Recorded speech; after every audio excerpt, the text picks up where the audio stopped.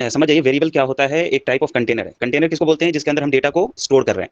जैसे कि मैंने कल एग्जांपल दिया था आपको कि कोई भी चीज़ का डब्बा है या फिर किसी भी तरह का बॉक्स है। बॉक्स किस काम में आता है, किसी चीज़ को रखने के काम में आता है। तो वेरिएबल भी प्रोग्राम में किसी चीज़ को रखने में काम आता है, लेकिन यहाँ पे डिपेंड करता है कि आप जैसा टाइप ऑफ वेरिएबल बनाइएगा वही डेटा को रखेगा। यानी कि अगर आप वेरिएबल को स्पेसिफाई कर रहे हैं कि इसमें कौन सा डेटा रखा जाएगा। जैसे कि मैं एक वेरिएबल बनाया था, मैंने बोला कि वेरिएबल कुछ नहीं, आपका एक मेमोरी है सपोज कीजिए। मेमोरी के अंदर आप जो डेटा स्टोर कर रहे हैं, सपोज कीजिए मैंने यहाँ पे 10 स्टोर किया, तो ये मेमोरी का एक एड्रेस होता है। मैं इस एड्रेस को एक नाम दे दिया, जैसे एक्स दे सकता हूँ या कोई भी नाम आप उसको दे सकते हैं। यहाँ पे आप उसका नाम सम दे सकते हैं। मैंने नेम डालने का भी रूल्स बताया था कि किस तरीके से किसी वेरिएबल का नाम दिया जाता है। तो वो रूल्स फॉलो करके आप नाम डाल सकते हैं, उसी को एक वेरिएबल कहते हैं। ठीक है, वेरिएबल क्लियर है। तो मैं नेक्स्ट टॉपिक पे फिर चलता हूँ। जैसे कि आपका कुछ डेटा टाइप के बारे में मैं बता रहा हूँ।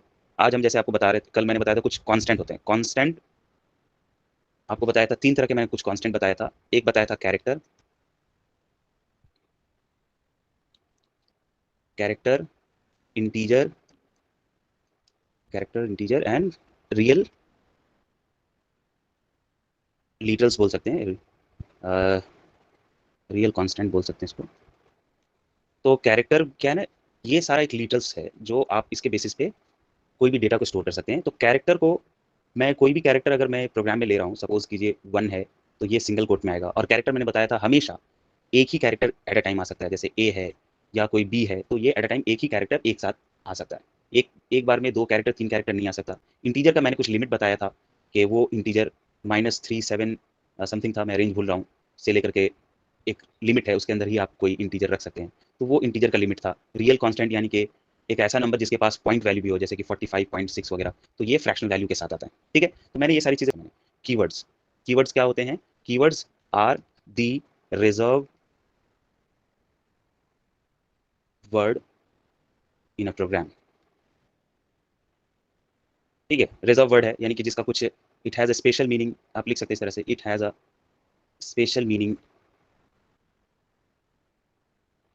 To its program. ठीक है, तो ये कीवर्ड्स हैं। और अब मैं चलता हूँ नेक्स्ट पार्ट पे। ये कल का मैंने 3 इंपॉर्टेंट पार्ट था जो मैंने अभी डिस्कस किया। आज हम आपको बताएंगे कि सी प्रोग्रामिंग में पहला प्रोग्राम आप कैसे लिखेंगे। मैंने कल कुछ चीज़ें आपको दिखाया था, जैसे कि बताया था एक मेन फंक्शन होता है। मेन फंक्शन का काम क्या है कि कोई भी आपका लाइन ऑफ कोड यहीं से एग्जीक्यूशन शुरू करता है, और हर लाइन ऑफ कोड एक सेमीकोलन से सेपरेट होता है। ठीक है, ये अब तक कल का ही रिवीजन चल रहा है, तो आई होप सबको पता होगा, क्योंकि मैं ये सारी पार्ट को रिवाइज करा दे रहा हूँ, क्योंकि मैं आज प्रोग्राम लिखूंगा इसके ऊपर। तो मैंने मेन के ऊपर कुछ प्रिंट एफ के अंदर मैंने कुछ लिखा था। इसके अंदर प्रिंट एफ के अंदर जैसे कि मैंने किसी का नाम लिख दिया और वो नाम जाके एग्जीक्यूट करेगा। तो मैं ये सारा चीज़ को करके भी देखूंगा। लेकिन कोई भी पहला प्रोग्राम आप लिखिएगा, तो आप एक पर्टिकुलर मेन फंक्शन को मैं अगर अभी रन करने जाऊंगा, तो वो मेन फंक्शन के अंदर जो भी पार्ट लिखा होगा रन तो होगा, लेकिन कुछ एरर देगा। क्या एरर देगा? वो एरर ये देगा कि आपने हेडर फाइल यूज नहीं किया। हेडर फाइल आपने यूज की। हेडर फाइल क्यों नहीं, क्यों ये एरर दिखाता है मैं बताता हूँ। जैसे कि आपका जो ये मेन फंक्शन है, मेन कभी भी फंक्शन जो है, ये फंक्शन हम लोग यूज कर रहे हैं डायरेक्टली। मैंने इस फंक्शन को बनाया नहीं, इनबिल्ट फंक्शन बोलते हैं इसको, यानी कि जो रेडीमेड चीज है। ये फंक्शन बना हुआ चीज है और मैं इसको डायरेक्टली यूज कर रहा हूँ। और इसके अंदर एक प्रिंट फंक्शन जो मैंने यूज किया था, प्रिंट एफ, ये भी रेडीमेड चीज है। तो ये दोनों चीज को मैं यूज कर रहा हूं, तो ये कहीं पे तो प्रोग्राम के अंदर डिफाइन किया गया है। जैसे कि मैंने बताया कि आप जो चीज रेडीमेड चीज यूज करते हैं, वो आपका कंपाइलर उसको अंडरस्टैंड कर लेता है, इसीलिए वो चीज को एग्जीक्यूट करता है। तो ये सारा चीज हमारे प्रोग्राम में एक लाइब्रेरी होता है। यानी कि सपोज कीजिए अगर मैं एक ह्यूमन ब्रेन की बात करूं, तो उसके ब्रेन में बहुत सारे वोकैबुलरी है। ठीक है, उसके अंदर बहुत सारे वोकैबुलरी में, और उसके अंदर बहुत सारे वर्ड्स हैं। जब मैं उनके वोकैबुलरी में से कोई वर्ड्स बोलता हूँ, जैसे कि गेट आउट यानी कि बाहर निकलो, तो वो इस वोकैबुलरी को सर्च करता है अपने डिक्शनरी में और को समझता है, तब उसका ब्रेन समझ रहा है। हालांकि हम लोग को समझ में आता नहीं कि ये सारा चीज़ within a fraction of second होता है, तो मुझे पता नहीं चलता कि ये कैसे हो रहा है। ठीक है, तो मतलब कि मेरे माइंड के अंदर ये चीज़ है, ये वर्ड का मीनिंग है, तभी मैं इसको समझ पा रहा हूँ। ठीक है, लेकिन हमारा जो प्रोग्राम इस मेन फंक्शन को समझ रहा है या प्रिंट फंक्शन को समझ रहा है, तो ये प्रिंट फंक्शन और मेन फंक्शन को समझ रहा है तभी जबकि उसके लाइब्रेरी में ये सारी चीज़ें को डिफाइन किया गया है। यानी कि हर प्रोग्राम का एक ब्रेन होता है, हर प्रोग्राम का एक डेटा स्टोरेज होता है, जिसके अंदर जितने भी आप फंक्शन को यूज कीजिएगा या कीवर्ड्स को यूज कर रहे हैं, तो वो कीवर्ड्स उस लाइब्रेरी के अंदर डिफाइन किया गया है, उस लाइब्रेरी के अंदर रखा हुआ है, सेव किया गया है, तभी वो जाकर के समझ में आ रहा है। तो वो पाथ हम जब बताएंगे तो वो चीज वहां से निकलेगा। जैसे कि आप यहाँ पे ये पीडीएफ देख रहे हैं, ये जो मैंने पीडीएफ अभी आपके सामने ओपन किया है, ये पीडीएफ आपके सामने जो दिख रहा है, ये क्यों दिख रहा है आपको पता है? क्योंकि आप इसका यहाँ पे पाथ देखिए, यहाँ पे क्या लिखा हुआ है कि ये पीडीएफ आपको देखने के लिए आप गए यूजर के अंदर, उसके अंदर X1 योगा के अंदर, डॉक्यूमेंट के अंदर, अब्दुल्ला के अंदर, एडुलेंट के अंदर, सी प्रोग्रामिंग के अंदर ये वाला जो लेटेस्ट सी वाला जो पीडीएफ है वो है। अब देखिए इसका लिंक को आप अगर देखें क्यों खोल पाए, क्योंकि मैं इसके लोकेशन को यहाँ पे डिफाइन कर पा रहा हूँ कि ये कहाँ पे मौजूद है, तो वो चीज़ वहाँ से निकल के यहाँ पे आ रहा है, तो मेरा ये पीडीएफ खुल के मेरे सामने आया। ठीक है, नहीं तो ये पीडीएफ इसमें नहीं खुलता, क्योंकि ये हमारे कंप्यूटर के मेमोरी में जहाँ पे लोकेशन है, मैं उसके पाथ को बताऊंगा तब जाके ओपन हो रहा है। उसी तरीके से जब हम प्रोग्राम जब कर रहे हैं, तो प्रोग्राम में ये मेन फंक्शन या प्रिंट फंक्शन कहाँ पे है, कौन सी जगह पे है, वो जगह मैं बताऊंगा, तभी वो चीज़ को मैं प्रोग्राम में यूज कर पाऊंगा। तो वो चीज़ एक टाइप ऑफ हेडर फोल्डर के अंदर आता है, यानी कि एक फोल्डर के अंदर ये चीज़ें डिफाइन किया गया, उस लाइब्रेरी का मैं पाथ बताऊंगा, तो वो वहां से ये सारी चीजें को कॉल कर पाएंगे। तो हेडर फोल्डर या हेडर फाइल के अंदर जैसे लिखा रहेगा इंक्लूड इंक्लूड, और इसके अंदर ये जो स्पेस है आपका, यहाँ पे जो स्पेस आएगा, ये स्पेस के अंदर वो पाथ लिखा जाएगा। ठीक है, तो ये पाथ के अंदर आपका वो हेडर फाइल मौजूद है। तो मैं वो पाथ को अभी आपको यहाँ पे दिखा रहा हूँ इनपुट करके, जैसे कि कोई भी प्रोग्राम मैं यहाँ पे लिखा हूँ या फिर इस बुक में लिखा हुआ है, आप ये देख सकते हैं।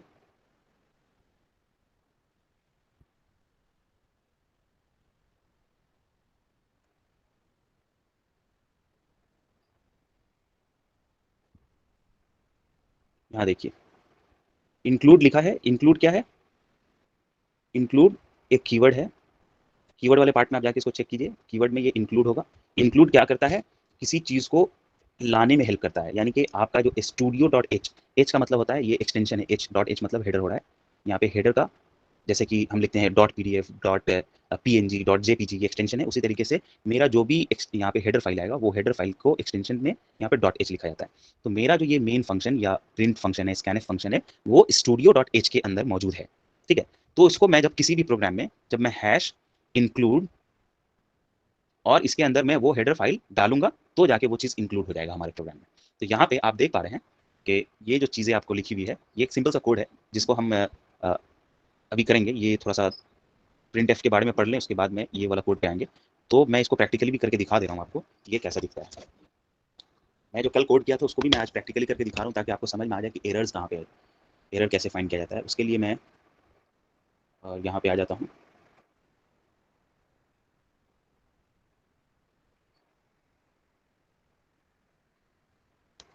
मैं कोई सा भी एक कंपाइलर ले रहा हूँ, कंपाइलर जिसके अंदर मैं कोड को रन कराऊंगा।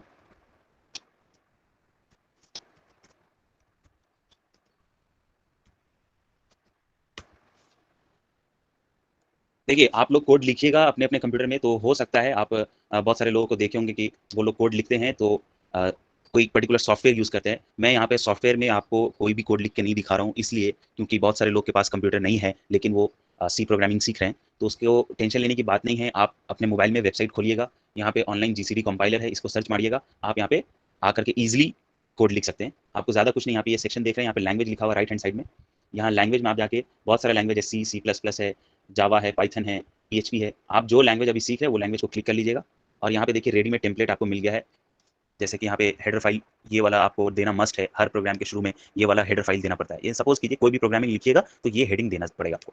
ठीक है, इसके बारे में हम लोग डिटेल्स में पढ़ रहे होंगे कि हेडर फाइल क्यों दिया जाता है, क्या है नहीं है। फिलहाल आप इसको इतना समझ जाइए, आज आप लोग बिगनर हैं तो आप इतना समझ जाइए कि इंक्लूड स्टूडियो डॉट एच बोल करके ये हेडिंग दे करके मुझे कोड लिखना पड़ेगा।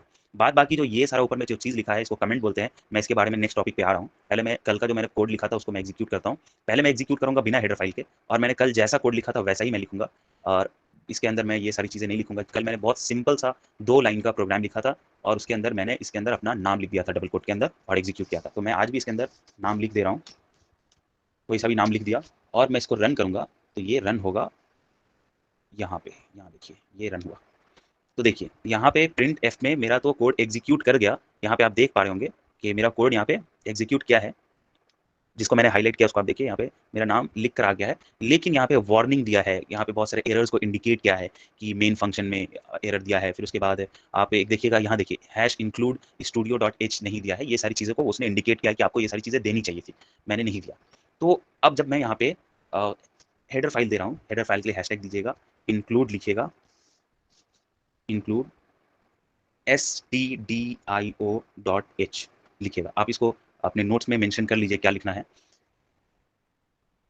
आईओ का यहाँ पे फुल फॉर्म वगैरह सारा चीज़ है, इनपुट आउटपुट का इसका मतलब होता है। मैं इसके बारे में जब पढ़ रहा हूँ तो मैं बता दूंगा। फिलहाल ये मेन फंक्शन के अंदर मैंने इतना लिखा है, और हेडर फाइल मैंने दे दिया है। अब मैं रन करके देखता हूँ क्या आउटपुट देता है। हाँ, तो मुझे आउटपुट दे दिया मेरा नाम, लेकिन फिर भी यहाँ पे एक वार्निंग दे रहा है, बोल रहा है return type default to int. बोल रहा है कि मेन का जो भी रिटर्न टाइप है वो डिफॉल्ट इंट रहता है। आप यहाँ पे मेन को कुछ रिटर्न टाइप नहीं दिए, तो इसको समझ लेते हैं, इसको क्या बोलते हैं रिटर्न टाइप। यानी कि इसको समझने का सबसे बेसिक सा चीज़ है, कोई भी फंक्शन बनता है तो वो एज अ रिटर्न कुछ देगा, अगर कुछ नहीं देगा तो हम उसको वॉइड रखेंगे। क्या रखेंगे? वॉइड रखेंगे। तो यानी कि इसको एक तरीके से समझिए, अगर आप कोई मशीन लाए हैं तो वो मशीन है, यानी कि ये एक मशीन है जो कॉफ़ी बनाती है, कॉफ़ी मशीन बोल सकते हैं, कॉफ़ी मशीन है। अगर इसके अंदर आप कॉफ़ी पाउडर डालते हैं, मिल्क पाउडर डालते हैं, वाटर डालते हैं, तो ये सारी चीज़ को मिक्स करके एज अ रिटर्न आपको कॉफ़ी देता है।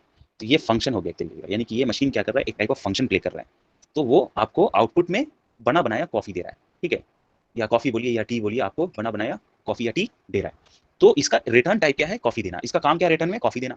उसी तरीके से आप कोई भी फंक्शन बनाइएगा तो उसका कुछ ना कुछ रिटर्न होता है। अगर कुछ रिटर्न नहीं देगा तो उसको हम वॉइड करते हैं। वॉइड मतलब कि उसका कोई भी रिटर्न टाइप नहीं है, ठीक है? तो मैं उसको वॉइड लिखूंगा।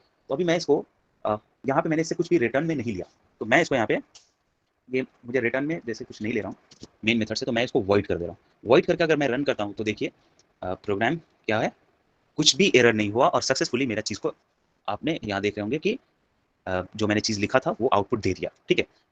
अब मैं इसको यहाँ पे बता रहा था डिफ़ॉल्ट मेन जो होता है वो इंट होता है। लेकिन अगर आप कोई भी इसमें रिटर्न टाइप लिखते हैं, टाइप मतलब क्या होता है? Type is referred to the data type, यानी कि किस टाइप के डेटा को रिटर्न करेगा। प्रोग्राम तो आपको कभी चाय या नाश्ता आपको रिटर्न में नहीं देगा ना, वो तो कोई डेटा आपको रिटर्न देगा, क्योंकि प्रोग्राम काम किस पे करता है? डेटा पे। तो डेटा रिटर्न करेगा। तो कितने टाइप ऑफ डेटा के बारे में हम लोगों ने अभी पढ़ा है? या तो मैंने इंटीजर्स के बारे में पढ़ा है, या इंटीजर्स रियल नंबर्स के बारे में पढ़ा है, इंटीजर नंबर के बारे में पढ़ा है और कैरेक्टर्स के बारे में पढ़ा है। तो ये 3 टाइप ऑफ डेटा के बारे में मैंने अभी पढ़ा। तो ये टाइप ऑफ डेटा वो रिटर्न करेगा, तो यहाँ पे इसको इंटीजर रखा गया। तो यहाँ पे जब मैं इंट लिखूंगा तो मेरे लिए लाज़मी है कि मैं उसको कुछ रिटर्न कराऊँ।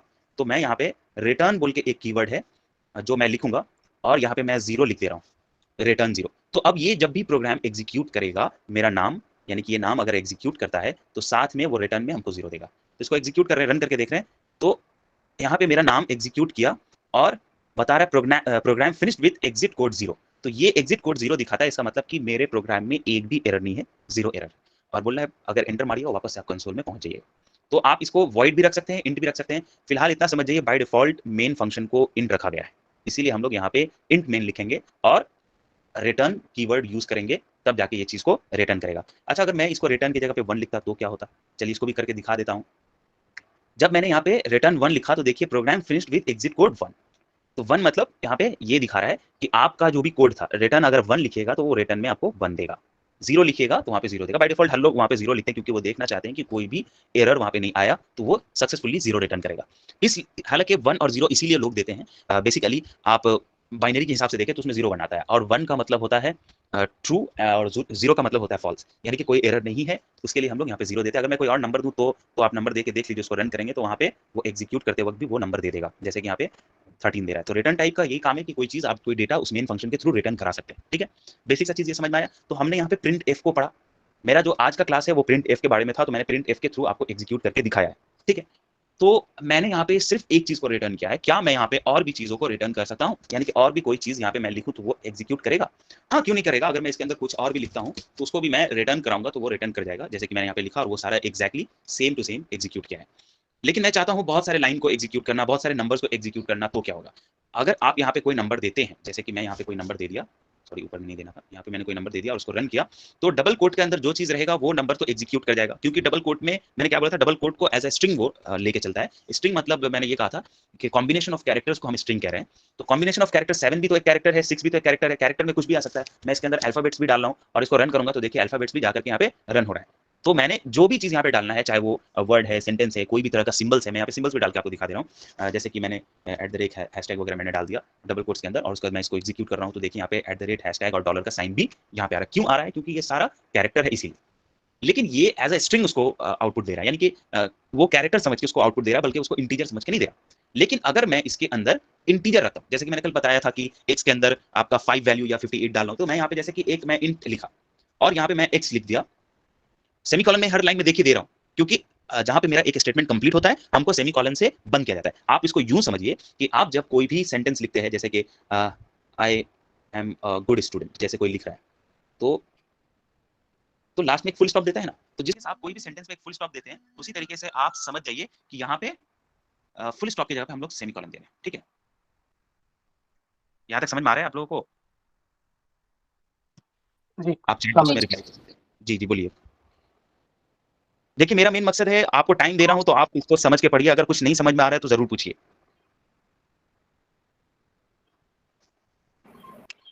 खैर, अल्हम्दुलिल्लाह क्लियर है। चलिए ठीक है। मैं आगे बढ़ता हूँ। इंट एक्स मैंने लिखा है, तो ये क्या बता रहा है कि मेरा एक्स नाम का एक कंटेनर, यानी कि एक एक्स नाम का एक वेरिएबल है, जिसके अंदर मैं इंटीजर डेटा ही यूज़ कर सकता हूँ। अगर मैं जैसे कि मैं यहाँ पे एक्स इज़ इक्वल टू 56 मैं किया, तो 56 जा करके एक्स के अंदर असाइन हो जाएगा, ठीक है? और मैं इसको यहाँ पर एग्जीक्यूट करूँगा, जब मैं चाहता हूँ कि एक्स का वैल्यू जाके डिस्प्ले हो, तो मैं एक्स का वैल्यू को रिप्रेज़ेंट करने के लिए यहाँ पे मैं परसेंट डी दूँगा, ठीक है? परसेंट डी दूंगा और उसके बाद कॉमा दूंगा, फिर एक्स लिखूंगा, और उसके बाद इसको जब रन करूंगा तो जाके आप देखिए आउटपुट पैनल पे 56 आ गया। तो सवाल ये है कि इसमें परसेंट डी मैं क्यों दिया? देखिए, परसेंट डी एक तरह का एक्सटेंशन है जो आपको बताता है कि यहाँ पे इंटीजर वैल्यूज यहाँ पे शो किया जाएगा। डबल कोट के अंदर मैं कोई भी डेटा को शो करा रहा था डिस्प्ले पे, तो अगर मैं वहां पे पर्टिकुलर कोई डेटा टाइप का मैं चीज ला रहा हूँ, जैसे कि मैं अगर यहाँ पे इंटीजर डेटा ला रहा हूँ, तो मुझे परसेंट डी लिखना पड़ेगा। और मैं इस चीज को सेपरेट किया हूँ कॉमा से, यानी कि ये चीज को मैं सेपरेट किया और मैं यहाँ पे एक्स ला के लिखा, तो यानी कि एक्स का वैल्यू परसेंट डी के जगह पे प्रिंट होगा, ठीक है? अब उसी तरीके से मैं यहाँ पे एक और वैल्यू ले लेता हूँ, सपोज कीजिए int Y is equal to 7, और मैं सेमीकोलन दिया। अच्छा, आप में से कुछ लोग ऐसा मत सोचिए कि मैंने इसको 2 लाइन में लिखा, बट इसको मैंने एक ही लाइन में लिखा। इसको बोलते हैं डायरेक्टली इनिशियलाइज़ करना वैल्यू, यानी कि मैं यहाँ पे वेरिएबल को डिक्लेयर भी कर दिया और उसी वेरिएबल में मैं वैल्यू भी असाइन कर दिया। तो मैं यहाँ पे लिख रहा हूँ कि सपोज कीजिए परसेंट डी, और मैं बीच में लिख दिया एंड, फिर लिखा परसेंट डी, और उसके बाद यहाँ पे मैं कॉमा दे करके वाई लिख रहा हूँ। तो अब क्या होगा, यहाँ पे मैंने जो पहला कॉमा देकर के एक्स लिखा हूँ, ये एक्स पहले डी के जगह पे जाके वैल्यू असाइन होगा, और उसी तरीके से इस वाई का वैल्यू इस डी के जगह पे जाके असाइन होगा वैल्यू। अब इसको रन करके देखते हैं, तो रन होकर के देखिए 56 एंड 7 आउटपुट में आया। समझ में आ रहा है? देखिए, और आगे देखते हैं। अच्छा, अगर ऐसा सिनेरियो आएगा जैसे कि मैं एक साथ बहुत सारा वेरिएबल मुझे प्रोग्राम में जरूरत पड़ सकता है, तो मैं यहाँ पे ए कॉमा बी कॉमा सी, मैं एक साथ 3 वेरिएबल को मैं यहाँ पे डिक्लेयर कर दिया। तो यानी कि मेरे प्रोग्राम में ए बी सी तीनों डिक्लेयर हो गया है, और मैं अब चाहूँ तो यहाँ पे मैं डायरेक्टली लिख सकता हूँ ए इज इक्वल टू 2, फिर comma 3 is equal sorry B is equal to 3, और सी इज इक्वल टू 4। मैंने यहाँ पे एक लाइन में ये सारी चीज़ों को मैं लाया है, और मैं यहाँ पे फिर यहाँ पे मैं कॉमा भी दे सकता हूँ। यहाँ पे जैसे कि मैं कॉमा दिया और मैं यहाँ पे लिख रहा हूँ ए सॉरी परसेंट डी, फिर उसके बाद मैं कॉमा दे रहा हूँ, फिर यहाँ पे मैं परसेंट डी दे रहा हूँ, परसेंट डी, और एक कॉमा दे रहा हूँ, और मैं लिख रहा हूँ परसेंट डी, ठीक है? अब यहाँ पे एक्स वाई मैंने प्रिंट कराया था, अब मैं कॉमा देकर के ए दे रहा हूँ, फिर कॉमा देके बी दे रहा हूँ, फिर कॉमा देकर के सी दे रहा हूँ। तो अब देखिएगा, पहला जो डी होगा, यानी कि इस डी पे एक्स का वैल्यू आएगा, इस डी पे वाई का वैल्यू आएगा, और ये वाले डी पे ए का आएगा, फिर डी पे बी आएगा, फिर डी पे सी आएगा, ऐसे करके अपना अपना पोजीशन वो ले लेगा वैल्यू का। क्या कुछ मैसेज आया? हम एक सेकंड देखें।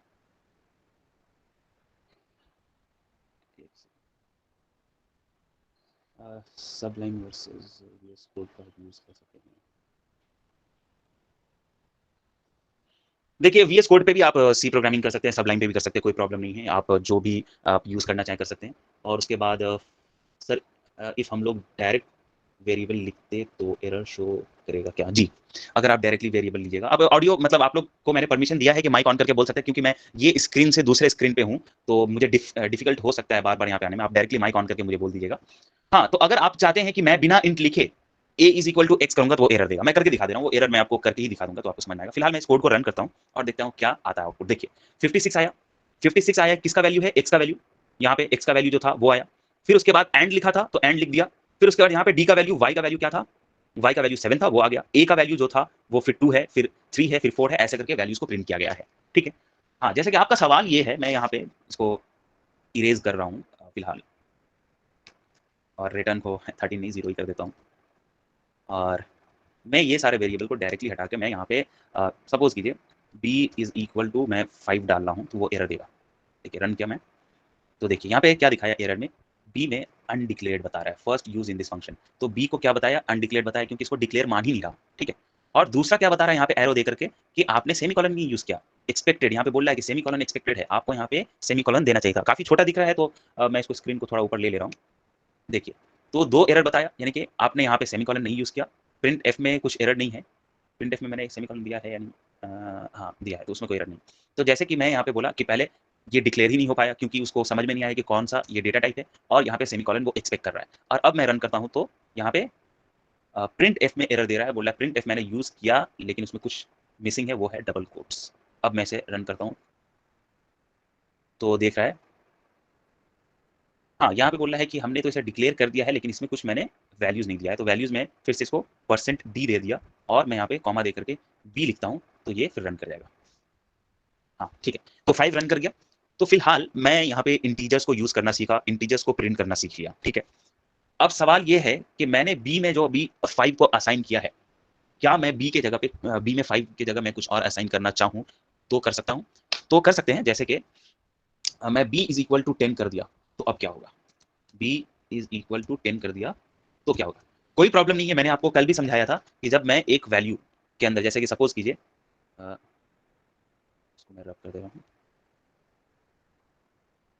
यहाँ पे जैसे कि मैंने b इज इक्वल टू 5 किया था, इंट b है, ठीक है, इंट b एक वेरिएबल है, b इज इक्वल टू 5 किया और मैं b इज इक्वल टू 10 करूंगा तो b के अंदर, ये b का एक मेमोरी में जगह है, ये b उसका नाम है, पहले 5 था और मैं जब यहाँ 10 डालता हूँ तो इसको रिप्लेस करके 5 की जगह पे वो 10 कर देगा, 5 को रिप्लेस करके वहाँ पे 10 कर देगा। तो इसी तरीके से इस प्रोग्राम में भी आप देखिए, मैंने इसको यहाँ पे रन करूंगा, पहले 5 था अब रन करूंगा तो वो 10 आएगा, जो कि 10 शो कर रहा है आपको, ठीक है। तो इंटीजर्स के बारे में आई होप सभी को क्लियर हो गया होगा और इसमें कोई भी प्रॉब्लम नहीं आया होगा। मैं आपको सर एक छोटा सा, जी बोलिए बोलिए, माँ भी आप बोलिए। जी ये जो आप इंटीजर इंटीजर में जो दिए ना इंटीजर वैल्यू, उसको हम जी प्रिंट जी, में भी वैसे वैल्यू देंगे, लेकिन बीच में जो ये है, ये b इज इक्वल टू 10 वो क्यों देते हैं हम? b इज इक्वल टू 10 क्यों दे रहे हैं? जी। देखिए, मैंने आपको बताया, मैंने b को वैल्यू दे चुका हूँ यहाँ पे, ठीक है। लेकिन इन केस आप कभी कोई कोड में जब आप पर्टिकुलर वेरिएबल को यूज कर रहे हैं और उसके वेरिएबल के अंदर कोई वैल्यूज को चेंज करना पड़े, किसी किसी केस में होता है ना कि जैसे कि मैं चाहता हूँ कि इसके अंदर के वैल्यूज चेंज होता रहे, तो मैं उसके वैल्यूज को चेंज कर सकता हूँ, लेकिन यहाँ पे शर्त ये है कि आप उसके अंदर इंटीजर ही वैल्यू वापस से डालिएगा, कोई और वैल्यूज नहीं डाला जा सकता। जैसे कि मैं यहाँ पे b is equal to a कर रहा हूँ और मैं यहाँ पे बंद करने का कोशिश कर रहा हूँ, इसको मैं रन करूंगा तो देखिएगा यहाँ पे एरर शो करेगा, बोल रहा है ए अनडिक्लेयर वेरिएबल। पहली बात तो ए को ये वेरिएबल समझ रहा है क्योंकि ए यहाँ पे अनडिक्लेयर बता रहा है। अच्छा, तो मैं इसको अगर सिंगल कोट के अंदर डाल भी दूं, सपोज कीजिए मैं इसको सिंगल कोट के अंदर डाल दूं तो क्या होगा? सिंगल कोट के अंदर डाल देता हूँ तो 97 आउटपुट दिया है। अच्छा, इसका मैं इसके बारे में बता दूंगा 97 क्यों आउटपुट दिया है, ये एस की वैल्यू दिया है, ठीक है। लेकिन मैं यहाँ पे स्ट्रिंग को डालने का कोशिश कर रहा हूँ, चलिए मैं एक स्ट्रिंग डालने का कोशिश करता हूँ, सी, तो क्या होगा? हाँ, तो सी जो है यहाँ पे उसका कुछ वैल्यू आउटपुट में दिया है, लेकिन यहाँ पे एरर दे रहा है कि इंट में आप कैर को असाइन कर सकते हैं, बट ये जो है असाइन करना, इसको बोलते हैं टाइप कास्टिंग। यानी कि जब आप कोई भी वेरिएबल, यानी कि मैंने आपको कल भी बताया था एस्की के बारे में कि हर की का एक पर्टिकुलर कोड होता है, जैसे कि मैंने ए बताया था, कैपिटल ए का वैल्यू आता है 65, तो मैं यहाँ पे अगर सिंगल कोड के अंदर 65 डाल दिया तो, सॉरी मैं कैपिटल ए डाल रहा हूँ तो 65 इसका आउटपुट आएगा, इसको बोलते हैं एस्की। देखिए एस की वैल्यू 65 आया, ठीक है। ये बारे में मैं बताऊंगा एस की वैल्यू क्या होता है, मैं इसके बारे में आपको नोट्स लिखा दूंगा कि इसका क्या वैल्यू है, आप खुद से भी निकाल पाएंगे। तो सर माफिया आपसे, इससे पहले भी आप ना एक्स एक्स 2 बार लिखे थे और बता भी दिए थे कि 2 बार लिखने का क्या रीजन था। लेकिन यहाँ पे जो हम लोग आप बता रहे हैं स्ट्रिंग जो है, ये आपने थोड़ी देर पहले बोला था कि क्या बोला था, ये स्ट्रिंग जो है, भूल गई, बता सकते हैं कॉम्बिनेशन कुछ? ऑफ कैरेक्टर होता है स्ट्रिंग। हाँ, तो इसमें ये अल्फाबेट भी लिख सकते हैं और नंबर्स भी ना? हाँ, अल्फाबेट्स और नंबर दोनों लिखा जा सकता है इसमें। लेकिन एक चीज आपको मेंशन करना चाहूंगा, सी के पास स्ट्रिंग बोल के कोई डेटा टाइप नहीं है, लेकिन हम उसको एज ए स्ट्रिंग यूज कर सकते हैं। जब हम लोग एरे पढ़ेंगे तो कैरेक्टर को कॉम्बाइन करके मैं एक स्ट्रिंग बना सकता हूँ। फिलहाल ये समझिए कि इसको हम लोग कॉम्बिनेशन ऑफ कैरेक्टर को स्ट्रिंग कहते हैं, जो आप मल्टीपल अल्फाबेट्स, मल्टीपल कैरेक्टर्स जब आप डालेंगे तो उसको बट डबल यहाँ कोट्स तो के अंदर आपने आना। सिंगल लिया है ना? तो वो वहाँ यहाँ पे आपने कैरेक्टर है ना, वहाँ पे मैंने सिंगल लिया, एक ही चीज लिया। अगर मैं यहाँ पे ज्यादा चीज लेता हूँ तो वो एरर होगा ना। मैंने ए एफ जी लिया है तो देखिए यहाँ कलर ही चेंज हो गया, ए को वो मान रहा है डेटा, लेकिन मैं ए एफ डाल रहा हूँ तो वहाँ कलर चेंज हो रहा है, इसका मतलब है कि वहाँ पे एरर है। मैं इसको रन करके दिखा दे रहा हूँ, देखिए एरर यहाँ पे दिखा रहा है, ए एफ को वो कोई भी कैरेक्टर नहीं मान रहा है, इसीलिए वहाँ पे वार्निंग दे रहा है, ठीक है। और मैं इसको अभी आपको, यहाँ पे ए लिख रहा था तो ए में वार्निंग नहीं दे रहा था, ए का कुछ वैल्यू जो आता है एस की वैल्यू, वो दे रहा था, ठीक है। यहाँ तक समझ में आ रहा है? जी अल्हम्दुलिल्लाह। अच्छा, एस्की के बारे में मैं आपको कॉन्सेप्ट क्लियर ही कर देता हूँ, एस्की क्या है। आपको लग रहा होगा कि ए का वैल्यू 65 क्यों आ रहा है, तो मैं इसको कॉन्सेप्ट को क्लियर कर देता हूँ।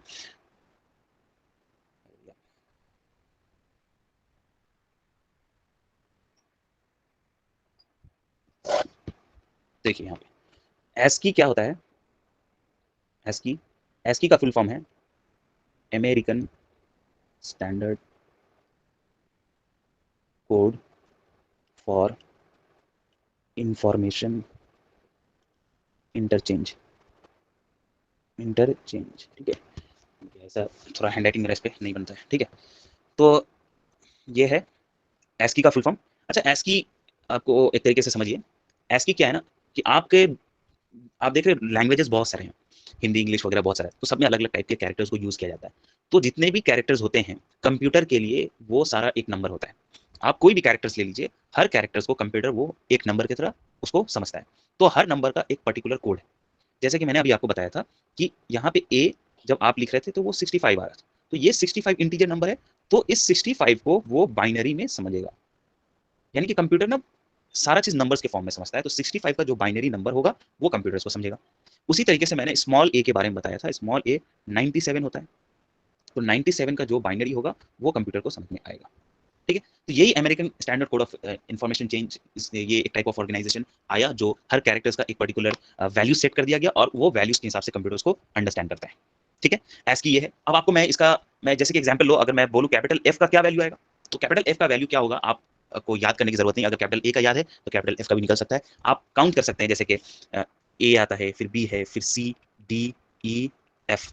तो ए का वैल्यू अगर 65 है, 65, 66, 67, 68, 69 एंड 70, तो एफ का वैल्यू कितना आएगा, 70 आएगा। और इसको मैं आपको प्रूव भी कर सकता हूँ एग्जीक्यूट करके। देखिए मैं इसको एग्जीक्यूट करता हूँ, चले जाइए कंपाइलर में। यहाँ पे मैंने कुछ नहीं करना है, यहाँ पे आप ले लीजिए इंट डी ले लिया और D is equal to F लिख दिया हूँ। ये कैपिटल एफ था ना, तो कैपिटल एफ लिखूंगा। स्मॉल एफ का वैल्यू अलग होगा और मैं इसको रन करके देखता हूँ तो 70 आ गया। देखिए ठीक है, तो ऐसी समझ में आया। देखिए कोडिंग बहुत इंटरेस्टिंग चीज है। अगर आप जी जी पूछिए, कुछ बोल रहे थे क्या? अब्दुल रहीम खान कुछ बोल रहे थे? नहीं, दोनों के समझ में आ गया अल्हम्दुलिल्लाह। चलिए चलिए ठीक है, अच्छी बात है। तो एस की भी समझ में आ गया है। तो मैं जी इंटीजर्स के बारे में ऑलमोस्ट सभी को क्लियर हो गया है। तो मैं एक छोटा सा प्रोग्राम बोल रहा हूँ और देखता हूँ आप में से कितने लोग इसको मुझे करने में हेल्प कर सकते हैं। मैं आपको यहाँ पे वर्क नहीं दे सकता कि आप करके दिखाइए, क्योंकि मैं देखने का उतना टाइम नहीं रहेगा।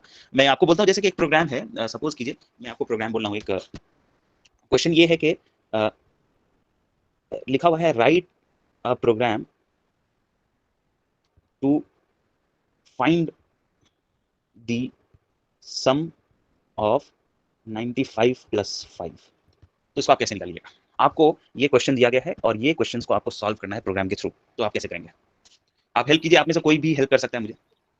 दो इंटीजर वेरिएबल लेना होगा, उसमें डिक्लेयर करना होगा 95, फिर डी परसेंटेज प्लस, फिर डी परसेंटेज प्लस 5 तो दोनों मिला के।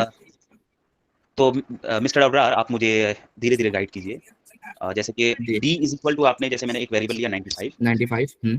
और उसी तरीके से मैं यहाँ पे एक और वेरिएबल ले लेता हूँ, मेरे सी से बेस्ट होगा। सी एक बोल के वेरिएबल ले लिया और सी इज इक्वल टू 5 ले लिया, है ना, जी यही बोलिए। जी। और अब मैं यहाँ पे क्या करूंगा? डबल कोटेड में परसेंटेज डी, एक ब्रैकेट दिया लेके हुआ है, परसेंटेज डी, दिया हुआ है। और एक देना होगा हम लोगों को, सी का भी शो करना होगा ना, तो बी तो और प्लस। जी जो ठीक है, तो मैं यहाँ पे कुछ नहीं दूंगा, सीधा एक और परसेंट डी दे दूंगा। नहीं नहीं, कॉमा। पहले कॉमा उसके बाद परसेंटेज डी, अच्छा कॉमा दे देते हैं, चलो ठीक है। और उसके फिर बाद परसेंटेज। उसके बाद फिर कॉमा सी, प्लस सी या कॉमा सी, नॉट, अच्छा बी के बाद मैं कॉमा सी दूंगा। ना ना प्लस सी। प्लस, अच्छा ठीक है। तो अबरार ने जो जवाब दिया है वो थोड़ा कंफ्यूज है। मैं इसको रन करूंगा, थोड़ा एरर सा देगा। लास्ट में। हाँ, इसमें एरर देगा। मैं पहले रन कर लेता हूँ, पहले देख लेता हूँ क्या आउटपुट आता है। देखो आउटपुट में प्रॉब्लम क्या आया है। पहला वाला में आपने यहाँ आउटपुट दिया है, बट देखो आउटपुट क्या दिया। पहला वाला में 100 आउटपुट दे दिया है जो कि सम हो रहा है, और ये आउटपुट करेक्ट है। लेकिन बाद में जो 95 दिया है, ये 95 बी के वैल्यू को खुद से दे दिया। ये अज्यूम कर लिया कि ये वाला परसेंट डी का वैल्यू 95 होगा। लेकिन यहाँ पे वार्निंग दिया है, वार्निंग ये दिया है कि आपने 1% डी एक्स्ट्रा यूज किया है। क्यों? वो तो सिर्फ सिंगल परसेंटेज यूज करना था, हाँ अभी प्लस सी। हाँ, अभी मैं आपको दिखा रहा हूँ यहाँ पे। परसेंट डी मैं नहीं देता तो कोई एरर नहीं आता। जी ये देखिए 100 आ गया आउटपुट और बिना एरर के साथ आया। ठीक है, तो गॉट इट। प्रॉब्लम क्या हुआ था, तुमने जो अभी यहाँ पे बताया परसेंट डी देंगे, तो एक्चुअली में पहले परसेंट डी के लिए ये पर्टिकुलर चीज को, बीसी को उसने अज्यूम कर लिया। मैं इसको व्हाइट बोर्ड पे ले जाके मैं दिखाता हूँ। तो इसको न्यू पेज लेने का क्या ऑप्शन है? खैर खैर मैं इसको रब कर रहा हूँ।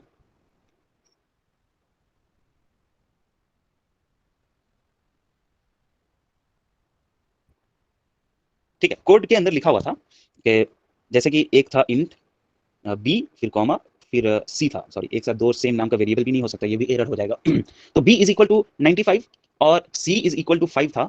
हमने यहाँ पे प्रिंट एफ के अंदर परसेंट डी दिया, और दूसरा जब परसेंट डी देंगे तो इसमें एरर जो आ रहा था, मैंने यहाँ पे सी प्लस डी जो दिया था, sorry C plus B plus C था, सॉरी बी प्लस सी, ये B plus C as a whole समझ लिया इसको। क्या किया, जो आपने ब्रैकेट बंद कर दिया, बी प्लस सी को एक होल एक वैल्यू समझ लिया और उसको यहाँ साइन किया किस पे, पहले वाले परसेंट डी पे। लेकिन दूसरे वाले परसेंट डी का वैल्यू यहाँ पे मिसिंग है, दूसरे वाले परसेंट डी का वैल्यू तो यहाँ मिला नहीं, इसीलिए वो एरर दिखा रहा था। तो इसको हम 1% डी लेकर के वैल्यूज को प्रिंट करा सकते थे, और मैं यहाँ पे अगर वेरिएबल नहीं भी बनाता तो भी आउटपुट देता। मैं दिखा दे रहा हूँ, जब हमको वैल्यू दे चुका है तो मैं इसको बिना वेरिएबल क्रिएट किए, ये वाला पार्ट बिना वेरिएबल मैं क्रिएट किए, मैं यहाँ पे डायरेक्टली अगर 95 प्लस 5 करता हूँ तो क्या आएगा देख लेते हैं। तो डायरेक्टली 100 आ गया। तो कोड काफी सिंपल था, 95 प्लस 5 किया तो मेरे 100 मिल गया। जी हम्माद हाथ उठा रहे, बोलिए। सर स्क्रीन नहीं दिख रही है। स्क्रीन नहीं दिख रहा है? नहीं दिख रहा है। देख रही है आप एक तो बार नेटवर्क इशू होगा। आप रीज्वाइन कर लीजिए, आपका नेटवर्क की वजह से हो रहा हो तो। ये क्वेश्चन है, पूछो। जी जी बिल्कुल, माइबा आप हाँ। पूछिए, क्या पूछ रहे हैं? माबिया सॉरी। हाँ सर, पूछना ये था कि वेरिएबल जो है हम लोग ये ए बी सी या एक्स वाई भी ले सकते हैं ना, ये हमारे ऊपर है। देखिए मैंने आपको आइडेंटिफायर्स के बारे में बताया था, यानी कि आप जब किसी भी वेरिएबल का नाम देते हैं तो आपके ऊपर रहता है कि आप उसका नाम कुछ भी दे सकते हैं, लेकिन शर्त ये है कि आप वेरिएबल का नाम उसके रूल्स के हिसाब से फॉलो करें। मैंने कल बताया था ना इसका रूल्स के, आप जब किसी भी नाम को देंगे तो उस नाम के बीच में स्पेस नहीं हो सकता, फर्स्ट कैरेक्टर नंबर नहीं हो सकता, जी कॉमन यूज हो सकता। तो ये सारा उसका रूल्स है, उसको फॉलो करके आप कुछ भी नाम दे सकते हैं, एक्स वाई जेड के अलावा भी आप कुछ भी रख सकते हैं। ठीक है, सेम भी नहीं होना चाहिए ना। हाँ एक नाम का दो चीज अगर आप क्रिएट कीजिएगा तो कंपाइलर कंफ्यूज हो जाता है, तो इसीलिए आप कंफ्यूज नहीं बोलेंगे, यानी कि दो वेरिएबल आप नहीं सेम नाम का यूज कर सकते। ठीक है, तो ये पहला क्वेश्चन आपने सॉल्व किया। और एक क्वेश्चन है अब्दुल्ला भाई, जी जी पूछिए। बोल रहे हैं कि ये परसेंटेज डी हम लोग दिए हैं, लेकिन वो तो वेरिएबल जैसे डिक्लेयर कर रहे हैं, कुछ इंट तब दे रहे हैं कि उसको शो करने के लिए, लेकिन अभी तो इसमें हम लोग कुछ वैल्यू कुछ लिए नहीं है, इंट या कुछ भी। तो ये ऐसे परसेंटेज हाँ, तो ऐसे सिनेरियो में क्या होता है, प्रिंट क्या करता है ना कि कुछ वैल्यूज को स्टोर नहीं करता। प्रिंट क्या करता है, कुछ भी वैल्यूज को स्टोर नहीं करता, वो डायरेक्टली डिस्प्ले करता है। तो अगर आप यहाँ पे प्रिंट के अंदर, जब आप प्रिंट के अंदर परसेंट डी दे चुके हैं और यहाँ पे कॉमा दिए हैं, तो ये वाला जो स्पेस है यहाँ पे वो इंटीजर एज अ वैल्यू या एज अ वेरिएबल एक्सेप्ट करता है। तो आप उसको या तो वैल्यू भी दे सकते हैं या तो उसको वेरिएबल देंगे, और वेरिएबल देंगे भी तो वो इंटीजर टाइप का ही वेरिएबल देंगे। ठीक है, हम्म। तो आप जैसे यहाँ पे 95 प्लस 5 कर रहे थे तो इसका जो वैल्यू आ रहा था 100, वो इंटीजर था, तो वो 100 यहाँ पे एज अ होल इसको परसेंट डी में पहुंचा दिया और ओके आपको आउटपुट दे दिया। ठीक है, ओके। यानी ओके। हम इसको तो विदाउट वेरिएबल भी हम लोग कर सकते हैं जी directly। विदाउट वेरिएबल कर सकते हैं, लेकिन मैंने क्या बताया कि परसेंट डी है, यानी कि यहाँ पे इंटीजर वैल्यू एक्सेप्ट कर रहा है, तो आपको यहाँ पे जो ब्लैंक जगह है यहाँ पे आपको इंटीजर ही वैल्यू डालना होगा। ठीक है, जी। अब जो अगला सवाल है वो बहुत ही इंपॉर्टेंट है, और वो मेरा ये सवाल है, आप एक प्रोग्रामर बन रहे हो, आप प्रोग्रामर की जर्नी पे हो, तो प्रोग्रामर का काम ये होता है कि आप जो भी काम करते हैं या कोई भी कॉम्प्लेक्स चीज होता है, उस कॉम्प्लेक्स चीज को सॉल्व करके प्रोग्रामर देता है। जैसे मैंने बोला बिलिंग सॉफ्टवेयर बना के दिया, कौन दिया? प्रोग्रामर बना के दिया। कैलकुलेटर आपके हाथ में, आप बड़े बड़े कैलकुलेशंस को छुट्टियों में कर रहे, कौन बना के दिया? प्रोग्रामर ने बना के दिया। तो वो सारी चीजें खुद के लिए तो उसने बना के नहीं रखा, क्या अरे मुझे प्रॉब्लम होता है, इतना सारा प्रॉब्लम्स है, मैं पूरे इतना सारा हिसाब को लेकर करता हूं, तो मुझे कुछ ऐसा इन्वेंट करना चाहिए जो मेरे काम को आसान कर दे। तो उसने कैलकुलेटर बनाया और अपने लिए यूज करके रख लिया, बाकी को नहीं देता। लेकिन ऐसा नहीं, क्योंकि उसने ऐसा किया ताकि दूसरे तक इन्वेंशन, जो भी इन्वेंशन आया वो पहुंच सकता है, और हर प्रोग्रामर इन्वेंशन करने के लिए बना है, इन्वेंशन में पार्ट लेता है या कोई प्रोग्रामर इन्वेंशन करके देता है। तो उसी तरीके से आप ये प्रोग्राम किए हैं, आप खुद से वैल्यू डालें, यानी कि आपने अपने प्रॉब्लम्स को, यानी कि आप चाह रहे थे 2 नंबर को ऐड करके देखना, तो आप कर लिए, लेकिन आपके प्रोग्राम से कोई यूजर चाहेगा, जैसे कि कैलकुलेटर है, कैलकुलेटर को यूज करने वाले हम लोग यूजर हैं, हम लोग चाहते हैं जो चीज को इनपुट करना और उसका आउटपुट निकल जाता है। उसी तरीके से आपका प्रोग्राम ऐसा होना चाहिए कि आप कुछ इनपुट यूजर से लेकर के उसको आउटपुट दे सके, यानी कि मेरा प्रोग्राम ऐसा बनना चाहिए कि मेरे प्रोग्राम से दूसरा कोई भी यूज कर पाए। ठीक है, तो जैसे कि मैं यहाँ पे 95 प्लस 5 डाला तो इसका वैल्यू मैं कंप्यूटर के थ्रू निकाल पाया, लेकिन मैं ऐसा यहाँ पे कुछ डालू जो यूजर खुद से डाले और उसका वैल्यूज उसको मिल जाए, तो ऐसा क्या करेंगे? इसको करने के लिए मैं आपको ले जाता हूँ पीडीएफ में। पीडीएफ में कहाँ चला गया? सर ये जो पीडीएफ दी है आप पूरा पढ़नी है क्या हम लोगों को? नहीं नहीं नहीं नहीं, पूरा पढ़िएगा तो आप पीएचडी कर लीजिएगा सी में। ठीक है, उतना जरूरत नहीं पड़ेगा आपको, मजाक कर रहा हूँ, आप पूरा मत पढ़िए, जितना जरूरत है मैं जो पढ़ा रहा हूँ वो सफिशिएंट है, उसको ही पढ़ लीजिए। तो मैंने मेन पढ़ लिया, प्रिंट पढ़ लिया। अच्छा इसमें एक चीज़ और था, मैं बता रहा हूँ, बुक खुला तो मुझे एक चीज़ और दिखा, मैं बता दे रहा हूँ उसको। ठीक है, ये भी ठीक है। बहुत आगे तक। हाँ, तो अब हम पढ़ेंगे स्कैन एफ के बारे में। प्रिंट एफ पढ़ लिया, अब हम लोग पढ़ेंगे स्कैन एफ। स्कैन एफ क्या होता है? तो स्कैन एफ एक ऐसा फंक्शन है जो हेल्प करता है यूजर से इनपुट को स्कैन करने में।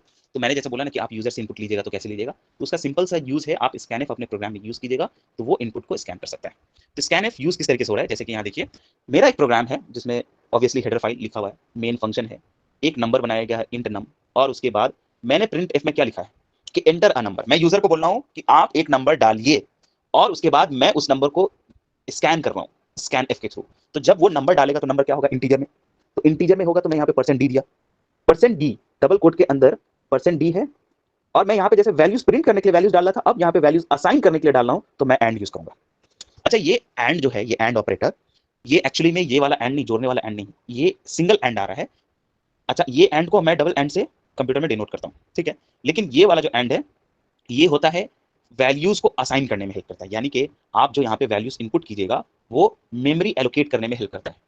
तो यहाँ पे मैं नम में, यानी कि कोई भी वैल्यू जो यहाँ पे लेगा यूजर से इनपुट यहाँ लेगा, वो जाके नम में असाइन करेगा। मैं इसको अच्छे से समझा दे रहा हूँ आपको, यहाँ पे यहीं पे समझा देता हूँ। जैसे कि यहाँ पे स्कैन एफ लिखा हूँ मैं, स्कैन एफ के अंदर मैंने यहाँ पे %d दिया है, और उसके बाद कॉमा से सेपरेट किया जाता है कि यहाँ पे जो भी वैल्यूज इनपुट करेगा यूजर, उसको मैं एंड ऑपरेटर से, ये जो ऑपरेटर, इसको एंड नहीं बोलते, एंड सिंबल यूज किया जाता है, नम में जाकर के वैल्यूज को असाइन किया जाएगा। यानी कि जो भी वैल्यूज यहाँ पे डालना है, या वो 65 हो या कुछ भी हो, तो वो वैल्यूज यहाँ ले करके नम वाले वेरिएबल में स्टोर कर देगा। तो इसको हम प्रैक्टिकली करके देखते हैं कि क्या होता है, इसका यूज करके देखेंगे एग्जीक्यूट करेगा या नहीं। तो जल्दी से मैं जाता हूँ और इसको करके दिखा देता हूँ। और स्कैन, आज का टॉपिक मेन मेरा प्रिंट एफ और स्कैन एफ है, तो मैं स्कैन एफ के बारे में भी एक करके दिखा दे रहा हूँ। सबसे पहले मैं यहाँ पे एक वेरिएबल ले रहा हूँ जो इंट ए है। इंट ए एक वेरिएबल मैंने डिक्लेयर किया है जिसके अंदर मैं इनपुट लूंगा। तो इनपुट लेने के लिए आप यहाँ पे प्रिंट एफ लिखना जरूरी नहीं है, मैं आपको यहाँ पे करके दिखा दे रहा हूँ। स्कैन एफ लिख दिया, और मैं इसके अंदर %d दे रहा हूँ, %d कॉमा एंड ए और सेमीकोलन। ए स्टेटमेंट कंप्लीट हुआ तो सेमीकोलन, और मैं प्रिंट कराना चाहूँगा यहाँ पे प्रिंट। अच्छा, मैं अभी प्रिंट नहीं दिया हूँ, चलिए मैं इसको रन करता हूँ। क्या रन करेगा, बोलिए, ये रन करेगा? देखिए रन करेगा ये, ठीक है रन करेगा, लेकिन मुझे कुछ आउटपुट में नहीं देगा। देखिए रन कर रहा है, मेरा स्क्रीन ब्लैक है, और देखिए यहाँ पे व्हाइट कलर का कुछ ब्लिंक कर रहा है। यहाँ पे वो ब्लिंक कर रहा है, यानी कि वेट कर रहा है कि यूजर इनपुट डाले। जैसे मैं इनपुट डाल रहा हूँ 4 डाला, और मैं एंटर हिट किया, तो वो 4 को इनपुट ले करके और प्रोग्राम को एग्जीक्यूट कर दिया। कुछ नहीं किया, बस 4 को इनपुट लिया है। इनपुट लिया, अब मुझे कैसे पता चलेगा कि उसने इनपुट लिया है? तो चलिए मैं इसको यहाँ पे प्रिंट करा देता हूँ। तो मैं यहाँ लिखा प्रिंट एफ लिख रहा हूँ, डबल कोट के अंदर मैं वैल्यू जो प्रिंट करा रहा हूँ वो इंटीजर है, तो मुझे %d देना पड़ेगा, और उसके बाद कॉमा दे करके जैसे मैं पहले लिख रहा था वैसे ए लिख दिया। अब मैं रन करता हूँ, तो मेरे यहाँ पे पहले ब्लैंक स्क्रीन पे वेट कर रहा है। मैं 5 डालता हूँ, 5 एंटर करता हूँ, तो आउटपुट में भी देखिए नीचे 5 आया। तो पहला वाला जो 5 था वो इनपुट के लिए आया, दूसरा वाला जो 5 था वो आउटपुट के लिए आया है, ठीक है। तो यहाँ पे यूजर को कंफ्यूजन होगा, जो ये इतना देर मेरा ब्लैक यानी कि ब्लिंक कर रहा है, लाइन किस लिए ब्लिंक कर रहा है। इसीलिए हम लोग यहाँ पे हम लोग देते हैं, यहाँ पे हम लोग एक प्रिंट सिंटैक्स लिख देते हैं, प्रिंट एफ के अंदर मैं यहाँ पे लिखा एंटर अ इंटीजर वैल्यू, ठीक है। अब मैं इसको रन करता हूँ, तो पहला लाइन बोल रहा है एंटर अ इंटीजर वैल्यू, यानी कि इंटीजर वैल्यू डालो, और मैं डालता हूँ 3, और उसके बाद देखिए 3 वहाँ पे उसके बगल में आया, और मैं एंटर करता हूँ तो वैल्यू दूसरे लाइन में 3 प्रिंट किया है। लेकिन ये चीज मैं देख रहा था कि यहाँ पे वैल्यू जो लिया है वो 3 यहाँ पे लिया, बल्कि दूसरे लाइन में क्यों नहीं लिया। तो इसको करने के लिए एक चीज है, आप इसको यहाँ पे लिख सकते हैं। मैं आपको यहाँ पे एक \n लिखा जाता है, एक फॉरवर्ड स्लैश होता है, एक बैक स्लैश होता है, \n लिख दिया, और उसके बाद मैं इसको रन करता हूँ। तो देखिए पहले लाइन से दूसरे लाइन में आ गया इनपुट लेने के लिए। मैं जैसे यहाँ पे 8 लिखता हूँ तो 8 को फिर प्रिंट कर दिया, ठीक है। इसको और अच्छा बनाने के लिए मैं ये लिख सकता हूँ, यहाँ पे मैं लिख दे रहा हूँ, मैं एक सेकेंड यहाँ पे लिखा यू हैव एंटर्ड, ठीक है। मैं यहाँ पे प्रिंट एफ में क्या लिखा, यू हैव, उसके बाद इक्वल टू दे करके स्पेस दे दिया हूँ, यानी कि जब मेरा कोई वैल्यू एंटर करता है, जैसे कि वो बोला एंटर इंटीजर वैल्यू, मैंने इंटीजर वैल्यू 76 दिया, एंटर किया, तो क्या लिख रहा है, you have entered equal to 76, ठीक है। तो ये क्या है ना कि हमारे डेटा को रिप्रेजेंट करने का तरीका है। आप डेटा भले ही यूज कर रहे हैं, लेकिन उसको रिप्रेजेंट कैसे करेंगे ये बहुत जरूरी चीज होता है, ठीक है। और अगर हम चाहते हैं कि मेरा जो 76 है वो दूसरे लाइन में आए, तो मैं फिर यहाँ पे बैक स्लैश n दे दूंगा और यहाँ पे इसको रन करूंगा। जैसे कि मैंने यहाँ पे बैक स्लैश n दिया है, देखिए परसेंटेज d के बाद यहाँ पे बैक स्लैश n दिया है, तो ये बैक स्लैश n क्या करेगा, मेरा 76 को दूसरे लाइन में भेज देगा। मैं इसको रन करता हूँ, एंटर अ वैल्यू, यानी कि मैं कोई भी वैल्यू डाल रहा हूँ, 98 डाल रहा हूँ, एंटर कर रहा हूँ, तो यू हैव एंटर्ड 98, दूसरे लाइन में भेज दिया। और 98 से पहले स्पेस इसलिए क्योंकि मैंने यहाँ पे स्पेस यूज किया है। ठीक है, यहाँ तक सभी को समझ में आया? यहाँ पे जी अल्हम्दुलिल्लाह। देखिए, यहाँ तक मैं क्लास एंड कर रहा हूँ। अभी किसी को नहीं समझ में आया है तो 5 मिनट का मैं टाइम दे रहा हूँ, जिसको पूछना है पूछ लीजिए।